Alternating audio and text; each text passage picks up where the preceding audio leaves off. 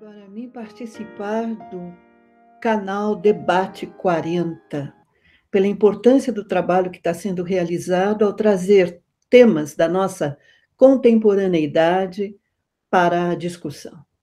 Eu agradeço, na figura de Tiago Stadler, todos os que se acham envolvidos nesse belíssimo e importante, muito importante, projeto.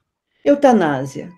É necessário, antes de mais nada, trazer aqui algumas conceitualizações, algumas precisões conceituais. Entende-se por eutanásia a conduta médica que apressa a morte de um paciente incurável e em terrível sofrimento.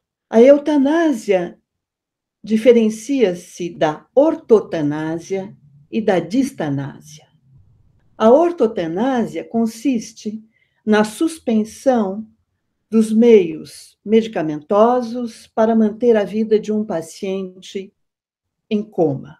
E a distanásia, por sua vez, consiste no emprego de todos os meios terapêuticos possíveis, ordinários e extraordinários, num paciente terminal. Na antiguidade greco-romana, importa lembrar que o direito de morrer estava garantido. Ou seja, doentes, enfermos, desesperançados podiam recorrer ao auxílio de outrem para morrerem. Com o cristianismo, surgiu a ideia da sacralidade da vida. A vida passou a ser vista como um bem inalienável, porque um bem concedido ao ser humano por Deus. Mais um passo. Na modernidade, as coisas se agravam porque, na verdade, com os tempos modernos, eu estou pensando aqui no século XVII, a partir do século XVII, fim do século XVI, século XVII, nós passamos a funcionar numa lógica dualista. Ou seja, na nossa sociedade, temos certo ou errado, verdadeiro ou falso, bem ou mal.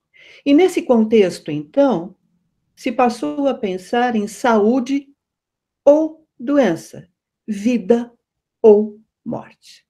Ou seja, vida e morte se converteram em dois polos diferentes, distintos e antagônicos, como se fossem adversários. Eu me lembro de uma frase de um pensador francês do século XVII, o La Rochefoucauld. La Rochefoucauld dizia: não se pode olhar de frente nem o sol, nem a morte. Não se pode olhar de frente o sol porque ele turva a nossa visão. E não se pode olhar de frente a morte porque ele turva a nossa vida, no fim das contas. E assim nós vamos notando que, aos poucos, a morte ela se torna proibida e reprimida. Nós passamos de uma morte familiar da Idade Média, em que o morto, o defunto, era guardado pela família nas suas casas, e havia um velório longo até, para uma morte agora que ninguém quer ver, ninguém quer fazer contato com ela. O historiador francês Philippe Ariès trata desse tema, trata com brilhantismo desse tema, mostrando justamente essa passagem na concepção da morte no Ocidente. De uma morte familiar, enfim, que fazia parte da vida cotidiana, para uma morte agora proibida, reprimida, escondida e assim por diante. Mas há uma outra maneira de pensar, e agora eu trago um filósofo que me é muito caro, que é Nietzsche. Para Nietzsche, vida e morte não se opõem, como saúde e doença tampouco se opõem. É fato, se nós pensarmos bem, nós vamos notar que, quando acordamos pela manhã, o nosso corpo já não é o mesmo da noite anterior. Por quê? Porque todas as células, elas, com exceção das células nervosas, elas desaparecem, elas morrem e são substituídas por novas células. Então, desse ponto de vista, voltando a Nietzsche, Nietzsche dirá que a nossa vida, como toda a vida, é uma morte perpétua. Ou então, que a vida vive sempre às expensas de outra vida. Ou seja, é necessário que células morram para que outras surjam. Estamos muito distantes daquela ideia de que, de um lado, temos a vida, de outro lado, temos a morte. Vida e morte comparecem juntas no nosso cotidiano. E saúde e doença igualmente. Porque a doença não é o oposto da saúde. A doença pode, inclusive, vir a constituir a saúde. Basta nós pensarmos, não é, num grande desafio que a doença traz para o ser humano. Um desafio tal que, por vezes, com ela, o ser humano se fortalece, se torna maior, encontra um sentido mais verdadeiro para a sua própria vida. Mas vamos adotar aqui a perspectiva anterior, tomar a vida como um bem supremo. Voltemos aqui à ideia da sacralidade da vida, e tomar a vida como um bem supremo significa a vida acima de tudo.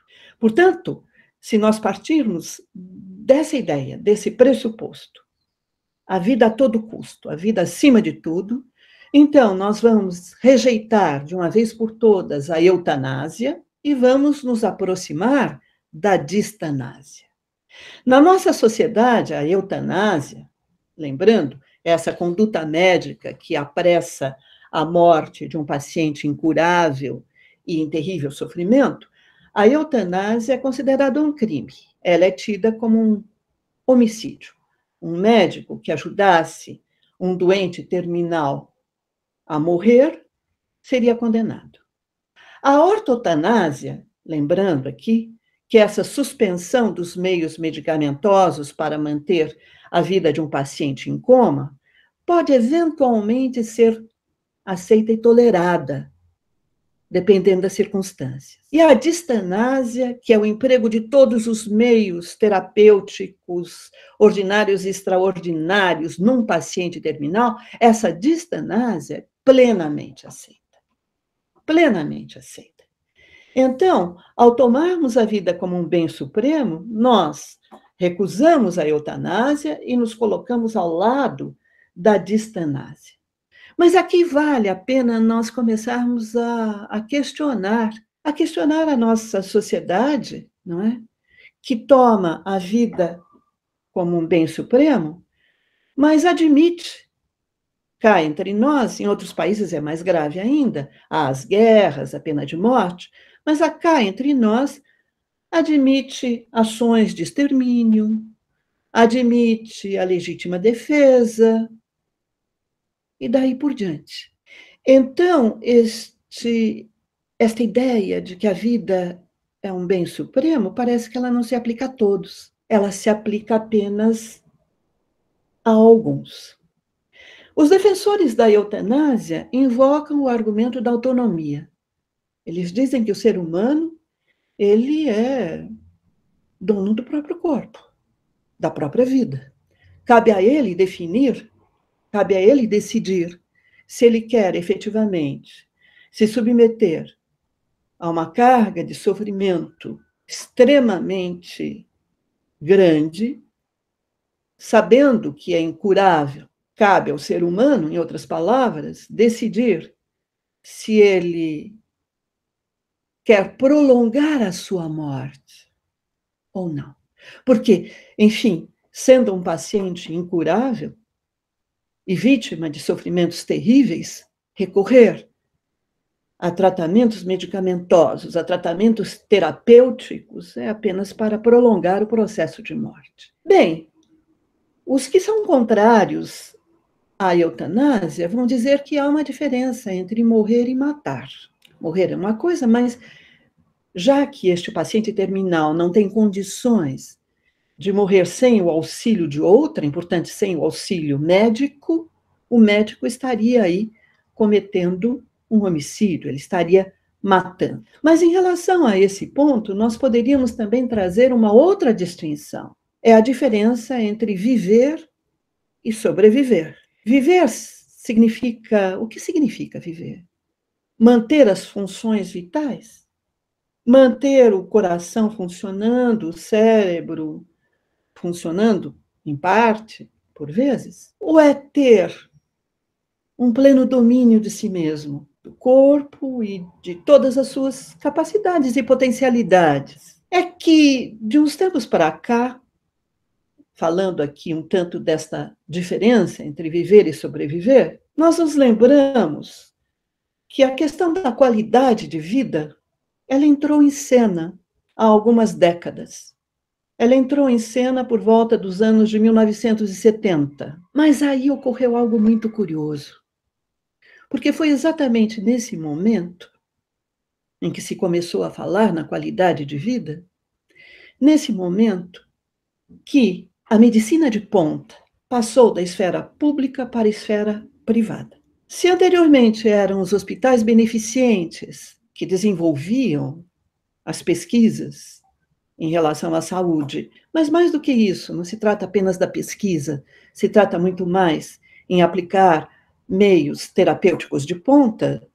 Agora, nos hospitais públicos, dificilmente nós vamos encontrar os instrumentos necessários para levar adiante tratamentos terapêuticos de ponta. Quem faz isso são os hospitais ou a rede hospitalar ligada às empresas de saúde. Portanto, houve essa migração da saúde pública, né, para o domínio privado.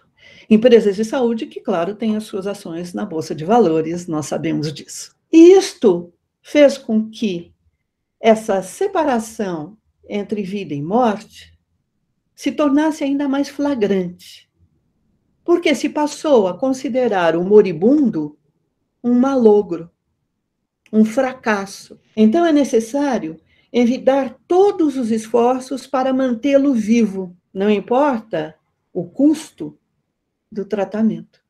Afinal, estamos falando de empresas de saúde. Portanto, em primeiríssimo lugar, se coloca agora o sucesso da cura.